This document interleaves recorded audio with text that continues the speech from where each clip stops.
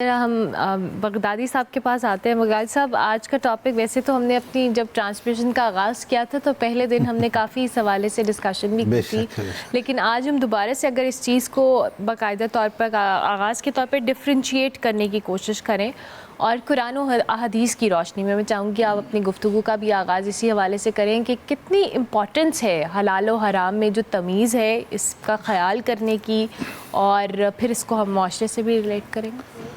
جی، بسم اللہ الرحمن الرحیم۔ آج کا جو ہمارا موضوع ہے یہ آپ سمجھیں کہ اس عشرے کی مناسبت سے، کیونکہ یہ مغفرت کا عشرہ ہے بے شک، اور مغفرت کے لیے ضروری ہے کہ انسان دعائیں مانگتا ہے اللہ رب العزت سے کہ مجھے معاف فرما دے، بے شک، جو کوئی غلطی کوتاہی لغزش مجھ سے ہوئی تو مجھے معاف فرما، اور وہ سچے دل کے ساتھ اگر ایسا کرے اور دوبارہ اس کا احاطہ نہ کرنے کی نیت بھی ساتھ میں ہو، تو یہ جو دعا ہے تو اس کے اوپر ہم نے میرا خیال ہے ایک پہلی بار بڑی تفصیل سے بات کی تھی، اور دعا ہمارا ایک چیپٹر بھی گزرا تھا، بالکل، اس میں بھی ہم نے بات کی تھی کہ دعائیں جو قبول ہوتی ہیں تو ان کی قبولیت کا دار و مدار اللہ رب العزت نے رکھا ہی حرام اور حلال کے اوپر ہے۔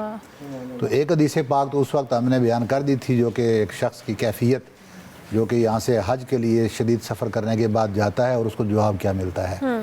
آج میں ایک دوسری حدیث پاک یہاں بیان کر دیتا ہوں کہ پھر اس کا ٹاپک کا ہم آغاز کرتے ہیں کہ ایک صحابی تھے، وہ حضور علیہ الصلوۃ والسلام کے پاس گئے اور انہوں نے پوچھا کہ یا رسول اللہ، مجھے کوئی ایسا عمل بتا دیجئے کہ جس سے میں مستجاب الدعوات بن جاؤں، یعنی میری دعائیں قبول ہونے لگ جائیں، تو کوئی ایک عمل ایسا بتا دیں۔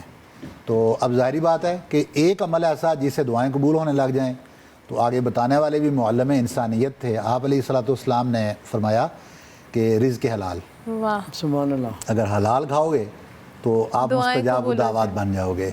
تو اس کو اگر میں آج کی سوسائٹی کے ساتھ ریلیٹ کروں تو اس وقت ہم مسلمان اربوں کی تعداد میں پوری دنیا میں بیٹھ کر صرف دعائیں مانگ رہے ہیں، ٹھیک ہے؟ دعائیں کیا مانگ رہے ہیں؟ یا اللہ فلاں کو بھی برباد کر دے، فلاں کو بھی برباد کر دے، ہمارے سارے دشمنوں کو نیست و نابود کر دے، اور ایسا بھی ہو جائے اور ایسا بھی ہو کچھ بھی نہیں رہا۔ تو وہ کیوں نہیں ہو رہا ہے؟ تو میرا خیال ہے کہ ہمیں اپنے آپ کو ریوائز کرنا چاہیے۔ اللہ رب العزت کی وہی ذات ہے، وہی موجود ہے آج تک، ویسے ہی وہ ویسے ہی سنتا ہے، وہ اتنا ہی قریب ہے جتنا وہ پہلے موجود تھا۔ تو فرق صرف یہ ہے کہ ہم قریب نہیں رہے اللہ کے، اور اس میں ہماری زبانوں کے اندر وہ تاثیر نہیں رہی رزق حلال کی وجہ سے۔ اب آ جاتے ہیں کہ رزق حلال کی ڈیفینیشنز اور اس کو حرام اور حلال کا کرائٹیریا کیا مقرر کیا گیا ہے۔ بالکل، تو حرام اور حلال کسی چیز کو قرار دینے کا جو کرائٹیریا ہے وہ صرف اللہ رب العزت کی ذات ہے۔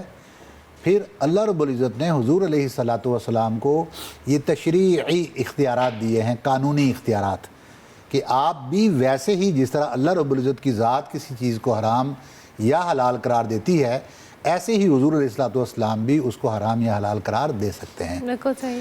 پہلا کرائٹیریا ہمارے پاس قرآن پاک کی صورت میں موجود ہے۔ یہاں پر میں ایک صرف اصول یا قاعدہ بیان کر دیتا ہوں کہ کائنات میں بہت ساری چیزیں ہیں ہمارے پاس۔ میں اس کی ایک ایگزامپل دیتا ہوں کہ 1000 چیز ہے۔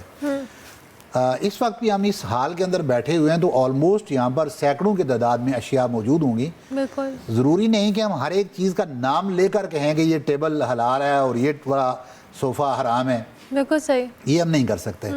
تو جب کاؤنٹنگ میں ڈھیر ساری چیزیں ہوتی ہیں تو ان میں سے جو میجر حکم جس کے لیے ہوتا ہے ان کو الگ رکھا جاتا ہے، اور جو اس میں سے منیمم ہو اس کو ایگزیمشنل کیس کے طور پر الگ کر لیا جاتا ہے۔ بالکل ٹھیک ہے۔ تو اس لیے حرام کیونکہ تھوڑا تھا تو قرآن عظیم کے اندر اللہ رب العزت نے ان تھوڑی چیزوں کو مینشن کر دیا کہ یہ آپ کے لیے حرام ہے۔ فار ایگزامپل ایک آیت کریمہ کے اندر حرمت علیکم المیتۃ والدم ولحم الخنزیر وما اہل بہ لغیر اللہ، آپ کے لیے حرام قرار دے دیا گیا ہے مردار کو، اب مرا ہوا ہم نے نہیں کھانا۔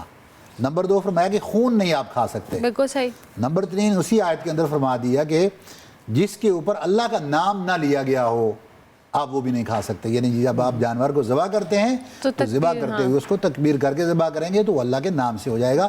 ہم اس کو بہت سارے اور مسائل میں بھی ریلیٹ کر سکتے ہیں کہ بہت ساری چیزیں جیسے وہ جانور بذات خود تو حرام تو نہیں ہے، یہ ایک دوسرا پہلو ہے، اس پہ بھی ہم آتے ہیں۔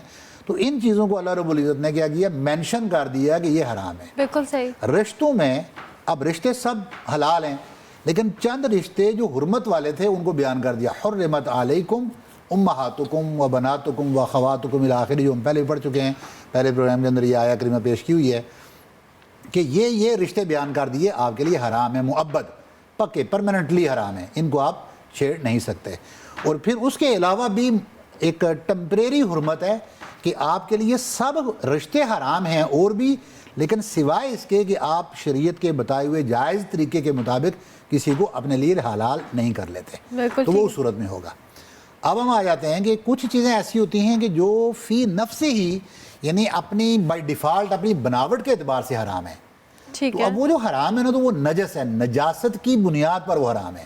فار ایگزامپل خنزیر ہے تو نجاست کی بنیاد پر حرام ہے، شراب ہے تو وہ شراب نجاست کی بنیاد پر اور اپنی بری تاثیر کی بنیاد پر حرام ہے۔ بالکل صحیح۔ تو اس لیے وہ چیزیں جو نجاست کے اعتبار سے حرام ہے وہ حرام ہے۔ اب جو باقی چیزیں رہ گئی تھیں جن کا حکم نہیں لگا تھا اور جو سب حلال قرار دے دی گئیں، فقہ میں اس کے لیے جو اصول اپنایا جاتا ہے اس کو کہتے ہیں الاصل فی الاشیاء الاباحہ۔ ہر چیز کے اندر جو اصل اللہ نے رکھی ہے وہ اباحت ہے، اس کا جائز ہونا ہے۔ ان میں سے پھر جو نجاست کی بنیاد پر یا زیادہ مضمرات، نقصانات کی بنیاد پر جن کو حرام قرار دینا تھا اللہ نے ان کو حرام قرار دے دیا، جو باقی سب بچ گئی ہیں اور وہ سب حلال ہیں۔ اب ان حلال میں سے بھی اب ذرائع کیا ہیں، جس ذریعے سے آپ اس چیز کو حاصل کریں گے تو وہ چیز حلال ہوگی یا حرام ہوگی۔ تو گویا کہ اب ڈیپینڈ کرتا ہے چیز حلال اور حرام نہیں، ذریعہ حلال اور حرام ہے، وہ اس کو حلال یا حرام کرتا ہے۔ فار ایگزامپل کہ اس ٹیبل کے اوپر مجھے ایک چیز ملتی ہے تو میرے لیے جائز ہے، تو وہی چیز اگر میں انڈر ٹیبل ڈیل کے ساتھ لوں گا تو وہ حرام ہے۔ بالکل صحیح، ٹھیک ہے، مراد کہ میں اپنی جاب پہ بیٹھا ہوا ہوں، میں نوکری کر رہا ہوں، اس جاب کو میں جائز طریقے سے انجام دے رہا ہوں، جو میری ڈیوٹیز لگی ہوئی ہیں کما حقوں میں ادا کر رہا ہوں تو میرے لیے جائز ہے۔ لیکن اگر وہیں بیٹھ کر میرے پاس آنے والے لوگوں سے میں رشوت لیتا ہوں اور وہ انڈر ٹیبل ڈیل ہے تو وہ میرے لیے پیسہ ناجائز حرام ہو جائے گا۔ تو اس لیے یہ مختلف اس کے کرائٹیریاز ہیں۔ اسی طرح آپ علیہ الصلوۃ والسلام نے بھی اپنی زندگی کے اندر بہت ساری ایسی چیزیں تھیں، تو گویا کہ یہ قرآن کے اندر کچھ صراحت کے ساتھ آ گیا، کچھ آگے ہم مزید بھی اس کے اوپر بات کریں گے کہ اب صرف یہی نہیں رہ گیا، ہم تو بعض کر لیتے ہیں نا کہ یہ حلال گیا اور حرام گیا ہے، اب کاسمیٹکس کر لیں، ڈریسنگ کر لیں، یہ جو میٹ وغیرہ ہم بناتے ہیں نا تو اس کا جو پورا پروسیس ہوتا ہے، تو اس سارے کا جو ہم فیکٹریز لگاتے ہیں، فیکٹریوں میں جو چیزیں بنتی ہیں اس پورے مینوفیکچرنگ پروسیس کو بھی باقاعدہ حلال سرٹیفیکیشن اب کروائی جاتی ہے۔ اب پوری دنیا کے اندر یہ والا ٹرینڈ چل پڑا ہے، تو اس میں ڈیفرنٹ اس کے پروسیس کو چیک کرنا ہوتا ہے۔ باقاعدہ جو ٹیمیں بنی ہوئی ہیں، ٹیکنیکل ٹیمیں بھی ہیں، شرعی ٹیمیں بھی ہیں، کہ شرعی اعتبار سے وہ پروسیس کیسا ہے، ٹیکنیکل اعتبار سے وہ پروسیس غلط تو نہیں ہے۔ فار ایگزامپل ایک حلال مرغا ہے اور وہ حلال ہے ہمارے لیے، لیکن اس کا جو پروسیس ہوا ہے وہ حرام خوراک کے اوپر ہوا ہے، حرام ہو جائے گا، نہیں کھا سکتے آپ۔ اچھا